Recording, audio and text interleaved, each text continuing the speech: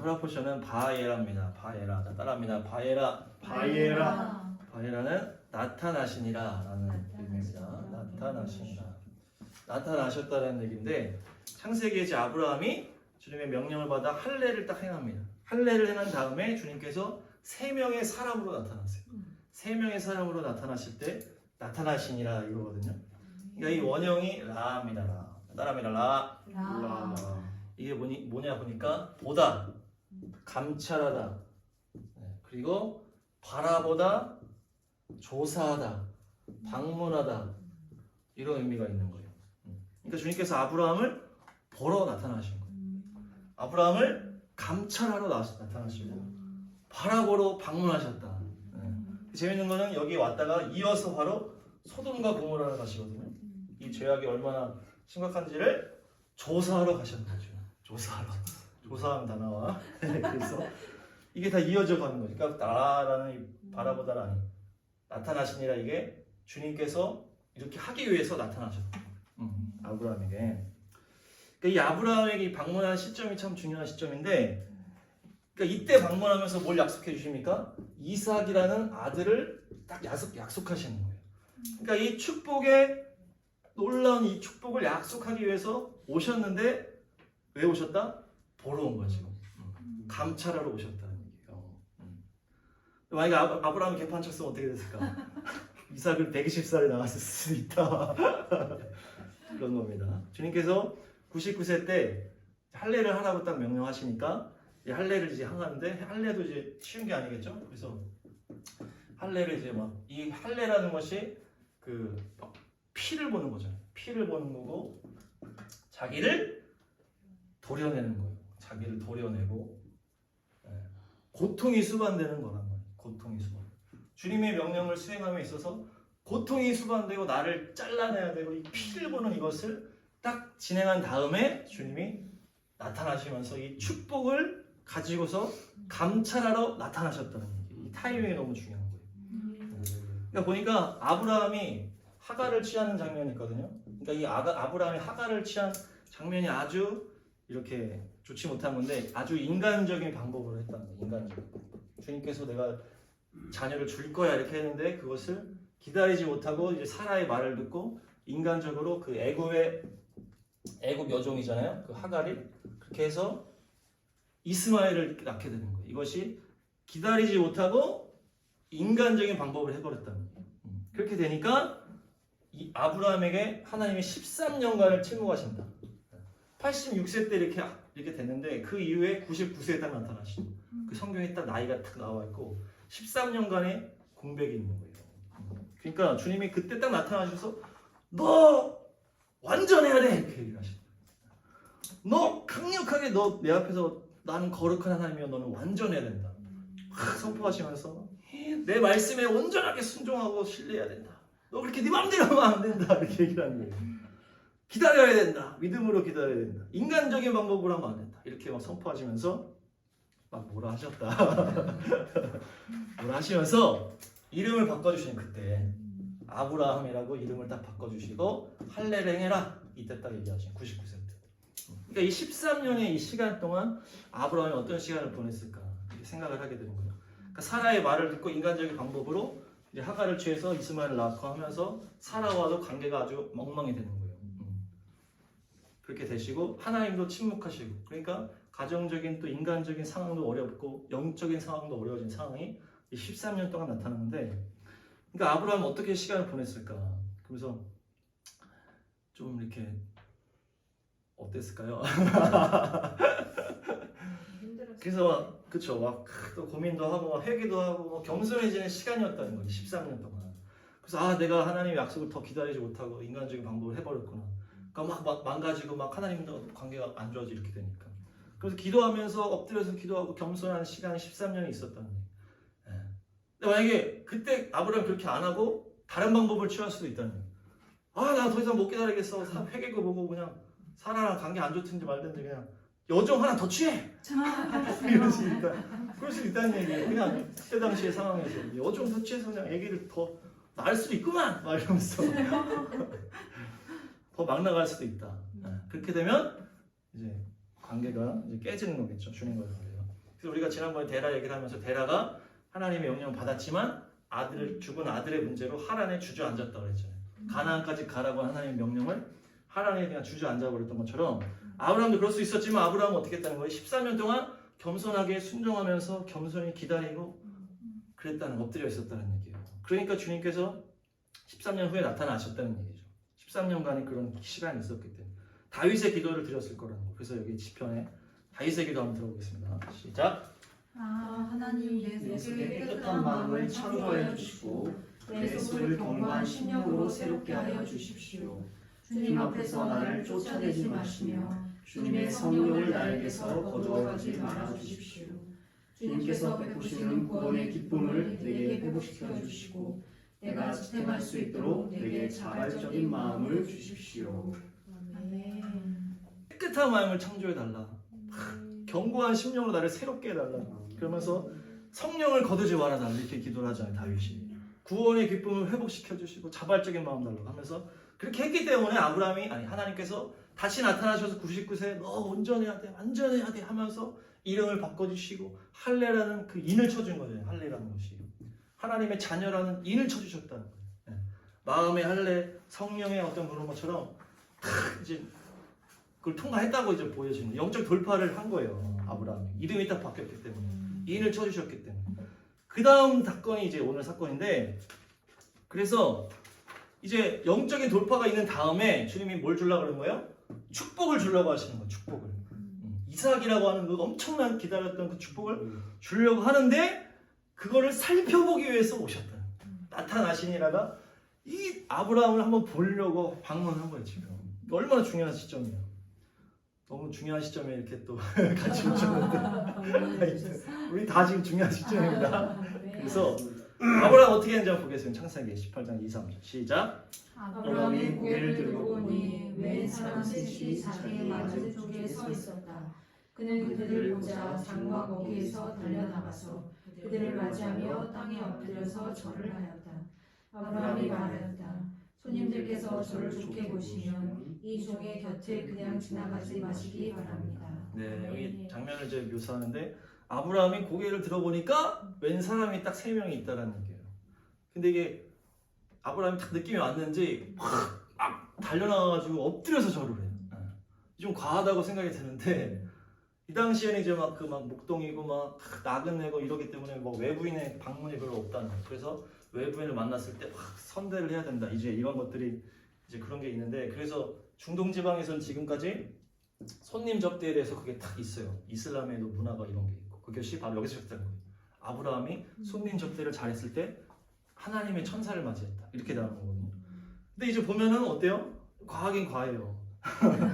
약간 이게 좀 하나님의 어떤 느낌을 받았는지는 모르겠지만 그런데 나가가지고 엎드려가지고 막 절을 하면서 무슨 태도입니까? 아주 겸손한 태도를 볼 수 있다는 이 아브라함. 이게 뭐 천사인지를 알았는지 몰랐는지를 떠나서 그냥 나가서 엎드려서 막 대접을 하는 거예요. 겸손하게 섬기면서 묵고 가라고 막 쉬고 가라고 막 이러면서. 말씀 시작. 손님들께서 잡수실 것을 제가 조금 가져오겠습니다. 이렇게 이 종에게로 오셨으니 좀 잡수시고 기분이 상쾌해진 다음에 길을 떠나시기 바랍니다. 그들이 대답하였다. 좋습니다. 전 그렇게 하라고 하시며 사양하지 않겠습니다. 사양하지 않겠습니다.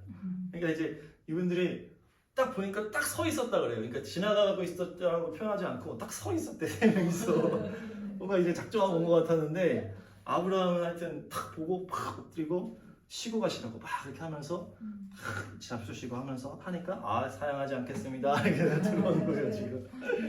그래서 막 지극정성으로 합니다. 지금 사라한테 얘기하고 하인들한테 얘기하고 지금 다음 말씀 시작. 아브라함이 장막 안으로 뛰어들어가서 사라에게 말하였다. 빨리 고운 밀가루 3쌀을 가지고 와서 반죽을 하여 빵을 좀 구우시오. 아브라함이 집진 승대가 된 데로 달려가서 기름진 좋은 송아지 한 마리를 끌어다가 하인에게 주니 하인이 재빨리 그것을 잡아서 요리하였다. 아브라함이 엉킨 젖과 우유와 하인이 만든 송아지 요리를 나그네들 앞에 차려놓았다.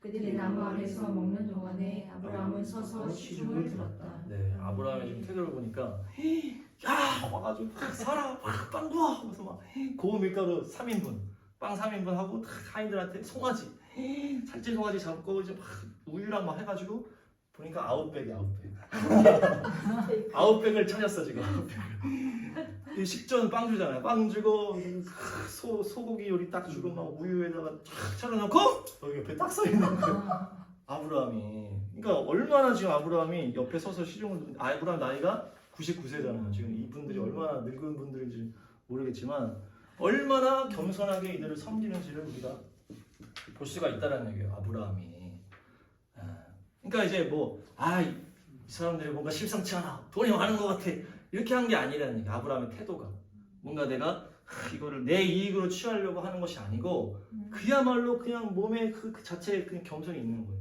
주님 앞에서 이렇게 13년간 엎드려 있다 보니까 그러면서 섬김과 겸손이 나오면서 그렇게 된 것을 주님이 이거를 확인하러 오시고 그걸 딱 확인하게 된 거죠 그냥 지나가고 딱 서 있었는데 와 오십시오 해가지고 막 지극정성으로 겸손하게 막 섬기 옆에 서 있고 막 이러니까 그러면서 주님의 본색을 딱 드러내시는 거 그걸 딱 확인한 다음에 말씀 다음 시작 그들이 아브라함에게 물었다. 그의 부인 사라는 어디에 있습니까?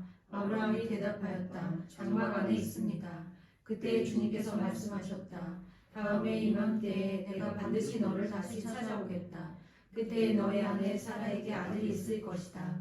사라는 아브라함이 등지고 서 있는 장막 거기에서 이 말을 들었다. 네 이게 재밌죠? 부인 사라가 어디 있습니까? 이렇게 하니까 이게 뭐 이름을 뭐 말을 했는지 이름을 그냥 맞춘 건지 근데 어디 있습니까? 했다가 딱 본색을 드러내면서부터 바로 반말로 이렇게 표현이 돼 있어요. 지금 이 세 번역인데 내가 반드시 찾아오겠다 이렇게 주님의 말씀으로 지금 바꾼 건데 그러니까 본색을 드러내면서 아들을 딱 약속해 주는 거예요. 그러니까 아브라함의 하는 것을 보러 왔다는 거예요. 지금 하나님께서 사랑으로 오셨다는 거예요. 사랑으로. 그러니까 이 엄청난 이 축복을 가지고 지금 오시는 거예요. 지금 할례까지 지나간 다음에 축복을 가지고 왔는데 아브라함이 하는 것을 보러 오셨다는 거 보러. 근데 이제 막 이렇게 막 얘가 겸손하게 준비가 돼 있구나. 섬김의 자세가 준비돼 있구나. 그렇게 하니까 본색을 딱 드러내면서 아들이 있을 것이다. 딱 하는 거예요. 만약에 이 세 명이 그냥 일반 사람이 아니고 막 천사같이 가브리엘처럼 펄럭펄럭 하면 엎드리지 않을 사람이 누가 있겠어요. 근데 그냥 사랑으로 왔다는 게 그것이 이거를 보려고 오셨다는 거예요. 이게 그냥 지나가는 사람인데 나를 어떻게 하는지 한번 보자. 이 아브라함의 심령의 성품이 어떻게 자연스럽게 나올 수 있게끔 상황을 설정한 거예요. 그냥 지나가는 사람으로 나왔다는 얘기예요. 그러면서 아브라함이 겸손하게 섬기면서 막 나오니까 탁 말을 하시면서 아들이 있을 거다. 1년 후에 탁 선포하시는 거예요.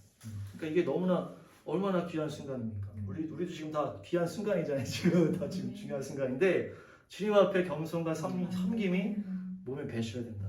그래서 주님께서 축복의 문을 주실 때 이것을 보러 오신다는 거예요. 제가 이제 보니까 저도 이제 막 교회 사역도 하고 전도사 사역도 하고 경비 일도 막 했었어요. 근데 이제 그때 가끔씩 노숙자분이 올 때가 있어요. 노숙자분이. 그러면 이제 노숙자분이 오면은 이제 막 막 오셨으니까 뭐 돈도 드릴 때도 있고 그냥 뭐 먹을 거 드릴 때도 있고 이러거든요. 근데 이제 그 관리자 입장에서는 다 싫어요 그거를. 이제 뭐 관리 집사님이나 담임 목사님이나 관리하는 분들 있잖아요. 그런 분들이 오면 다 싫어한다 말이에요. 그렇게 주면 나중에 또 와. 하지 말고 그냥 막 이렇게 하라는 그런 분위기가 있는데 근데 제가 이렇게 해보면 한 번 다시 온 경우가 몇 번 있긴 한데 그렇게 귀찮게 하시진 않는데 그냥 그러니까 보니까 주님께서 이거를 테스트하셨던 게 아닌가 이런 생각이 드는 거예요. 그냥 노숙자로 오셔가지고 이 박유준이라는 이놈이 얼마나 성품이 됐는지 보는 거예요. 지금 얘가 지금 잘하는지 그냥 뭐 거들먹거리면서 나가 그런 걸 본다는 얘기. 그냥 노숙자로 왔으니 이게 예수님일 수 있다는 얘기예요. 우리가 또 주사학교에서도 봤잖아요. 크리스 왔을 때 갔는데 난데없이 노숙자가 있는 거예요. 갑자기 주사학교 잠깐 갔는데 아무도 없는데 코로나 때 다 이제 코로나 다 셧다운 돼가지고 근데 갑자기 노숙자 오셔가지고 저희가 막 돈도 드리고 막 했는데 나중에 생각해보니까 크리스마스 때 여기서 예수님 아니야? 이렇게 된 거예요 우리가. 그러니까 우리가 그런 순간들이 우리 삶에 있었을 수도 있고 우리가 앞으로 올 수도 있다는 얘기예요. 그렇게 주님께서 우리를 보신다. 그래서 그 마태복음에도 지극히 작은 자 얘기를 하면서 그렇게 되는 거고 우리의 어떤 성품이나 이것이 준비되었는가 겸손하게 섬김이 장착되시길 바랍니다. 그래서 어떤 겁니까? 아브라함의 축복이 뭐였어요? 그 아들을 딱 받게 되는 그릇으로 준비됐다는 것을 확인하고 나서 이제 잉태가 된 거예요. 그러면서 아브라함이랑 하나님께서 소돔과 고모라의 그 이야기를 하시거든요. 그러면서 이제 이야기를 딱 하시는 거예요. 읽겠습니다. 소돔과 고모라 시작. 주님께서 또 말씀하셨다. 소돔과 고모라에 뛰어들어 거울 부수는 소리가 너무 크다. 그 안에서 사람들이 엄청난 죄를 저지르고 있다. 이제 내가 내려가서 거기에서 벌어지는 모든 악한 일이 정말 나에게까지 이르러온 울부짖음과 같은 것인지를 알아보겠다. 그 사람들은 거기에서 떠나서 소돔으로 갔으나 아브라함은 주님 앞에 그대로 서 있었다. 그러니까 이제 소돔과 고모라에 대한 어떤 심판에 대해서 내가 확인하고 이제 심판의 의중을 딱 비추니까 아브라함이 이제 거기 서 있었다 이렇게 얘기하거든요. 주님 앞에 서 있었다. 그러니까 아브라함이 왜 서 있었을까요? 롯 때문에 거기 서 있었던 거예요. 자기 조카 롯이 그 소돔에 있는 것을 알고 있었기 때문에 소돔과 고모라를 다 심판한다고 하시니까 거기 지금 내 조카가 있는데 이렇게 된 거예요. 그러면서 확인하러 소돔과 고모라를 가는데 이때 보니까 천사 2명이다 이렇게 나와요. 그러니까 처음에 아브라함한테 온 사람은 3명이라고 했잖아요. 근데 소돔과 고모라는 천사 2명이 가고 아브라함이랑 하나님이랑 얘기를 하거든요. 그러니까 아브라함 앞에 서 있었던 분은 예수님이라고 볼 수 있고 예수님이 천사 2명 데리고 사람을 오셨다는 얘기예요. 그래서 아브라함을 만났다는 얘기죠. 예수님은 아브라함이랑 이제 얘기를 하고 천사 2명만 딱 간 거예요. 그래서 그 소돔과 고모라에 들어가는 사람이 2명으로 바뀌거든요. 3명에서 2명으로 바뀌어요. 그러니까 아브라함이랑 예수님이 얘기하고 예수님 올라가신. 그러면서 이제 막 중보에 대한 얘기를 막 하잖아요. 그러니까 롯을 살리기 위해서 이렇게 그 우리가 유명한 그 중보기도를 딱 시작하는 거예요. 롯을 위해서 읽겠습니다. 시작. 아브라함이 주님께 가까이 가서 아뢰었다. 주님께서 의인을 기어이 악인과 함께 쓸어버리시렵니까? 그 성 안에 의인이 10명이 있으면 어떻게 하시겠습니까? 그래도 주님께서는 그 성을 기어이 쓸어버리시렵니까? 의인 10명을 오시고서도 그 성을 용서하지 않으시렵니까? 네, 주님께서 의인이 있는데 악인과 함께 쓸어버리시겠습니까? 그것이 옳지 않다라고 얘기를 하시면서 50명만 있어도 용서 안 해주시겠습니까? 딱 얘기를 딱 하는 거죠. 그러면서 이제 중보기도 들어가는 거잖아요. 그러면서 인원 얘기하면서 50명, 뭡니까? 45명, 40명, 30명, 20명, 10명 이렇게 쭉쭉 계속 가는 거예요. 그러면서 이 롯을 살리기 위한 기도라는 얘기지. 아브라함이 이 소돔과 고모라의 심판 앞에서 주님 앞에 엎드려서 주님 앞에 계속 있으면서 기도를 계속 하는 거예요. 이것을. 그래서 50, 45 이렇게 하면서 계속 줄여서 10명까지 하고 더 줄이지는 않았어요. 왜 그랬을까 생각해보니까 그 롯이 있잖아요. 롯이. 아브라함은 롯을 좋게 평가한 거예요. 롯은 지 가족들 잘 챙기고 있겠지. 롯의 가족들 생각하면 한 10명 정도 되겠지. 생각하고 10명까지 줄인 거예요. 그러니까 롯이 한 10명 정도 되면은 괜찮겠구나 이렇게 생각한 거예요. 그래서 그럼 왜 우리 롯을 좀 살려주세요. 왜 얘기를 못했을까? 이것이 아브라함이 주님을 향한 경외감이었다는 거예요. 경외감. 그냥 친구처럼 롯에서 안 됩니다 이렇게 한 게 아니고 주님 앞에 엎드려가지고 그 상황에서 인간적으로 개인적으로 그런 말을 할 수 없을 정도의 아브라함이 주님을 향한 경외심이 있었기 때문에 주님 앞에 온전한 기도를 하기 위해서 주님 의인을 그렇게 하시는 건 아니지 않습니까? 이렇게 얘기하죠. 마치 막 임금 앞에서 신하들이 막 얘기 못하잖아요. 근데 그렇게 하면 안 되죠. 이렇게 하지 않는 것처럼 정말 경외하는 마음으로 왕이시여 이거는 아니지 않습니까? 막 떨리는 마음으로 하는 거예요.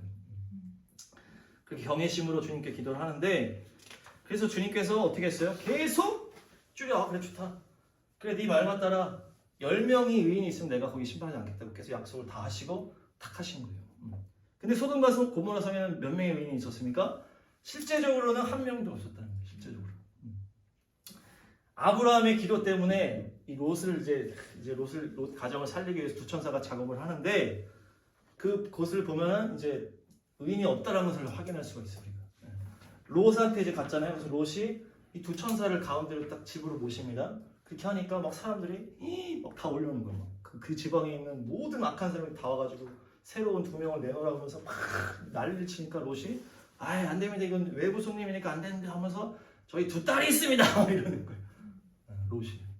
그러니까 롯도 지금 사고방식이 이게 심상치가 않아요. 자기 2 딸을 그냥 막 내주려고 그러니까. 그 롯도 하여튼 뒤에 보면 그렇고 롯의 아내는 어떻게 했어요?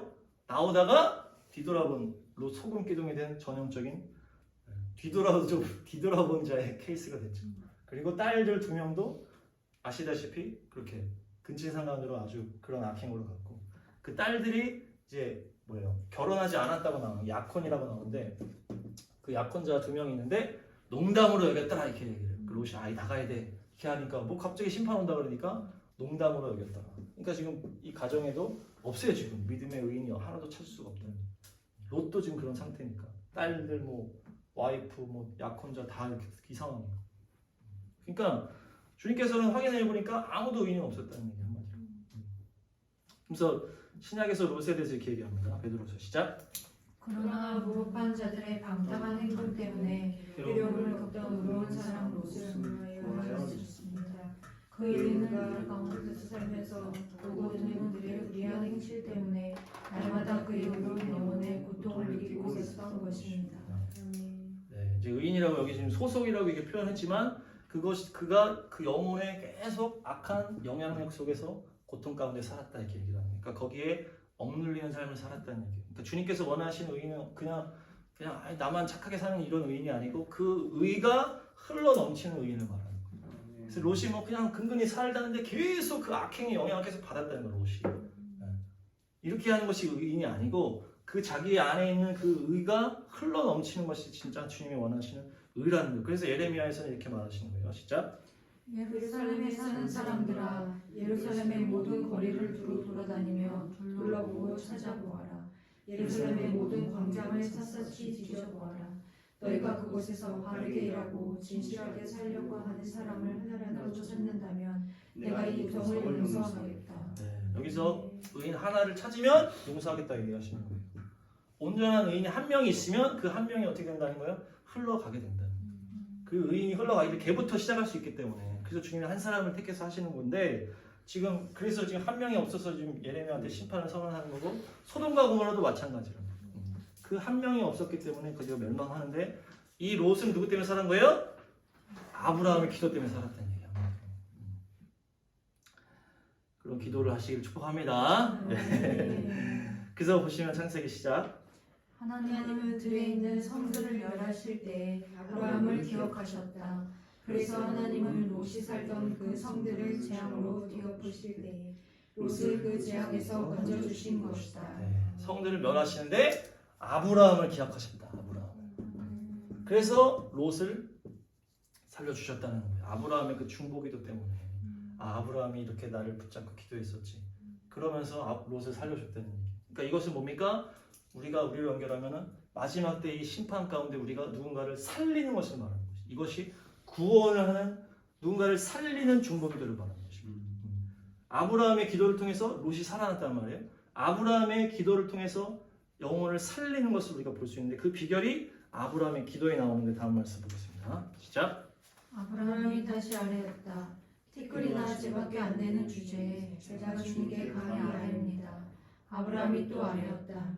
주님 노하지 마시고 제가 말씀드리는 것을 허락하여 주시기 바랍니다. 거기에서 30명만 찾으시면 어떻게 하시겠습니까? 주님께서 대답하셨다. 거기에서 30명만 찾아도 내가 그 성을 멸하지 않겠다. 아브라함이 또 아뢰었다. 주님 노하지 마시고 제가 한 번만 더 말씀드리게 허락하여 주시기 바랍니다. 거기에서 10명만 찾으시면 어떻게 하시겠습니까? 주님께서 대답하셨다. 10명을 모아서라도 내가 그 성을 멸하지 않겠다. 아멘. 아브라함의 기도를 보니까 어떻습니까? 저는 티끌과도 못한 존재입니다. 티끌이나 쟤밖에 안 되는 주제에 제가 다시 한번 아뢰겠습니다. 이렇게 얘기합니다. 노하지 마시고 제발 한 번만 다시 허락해 주십시오.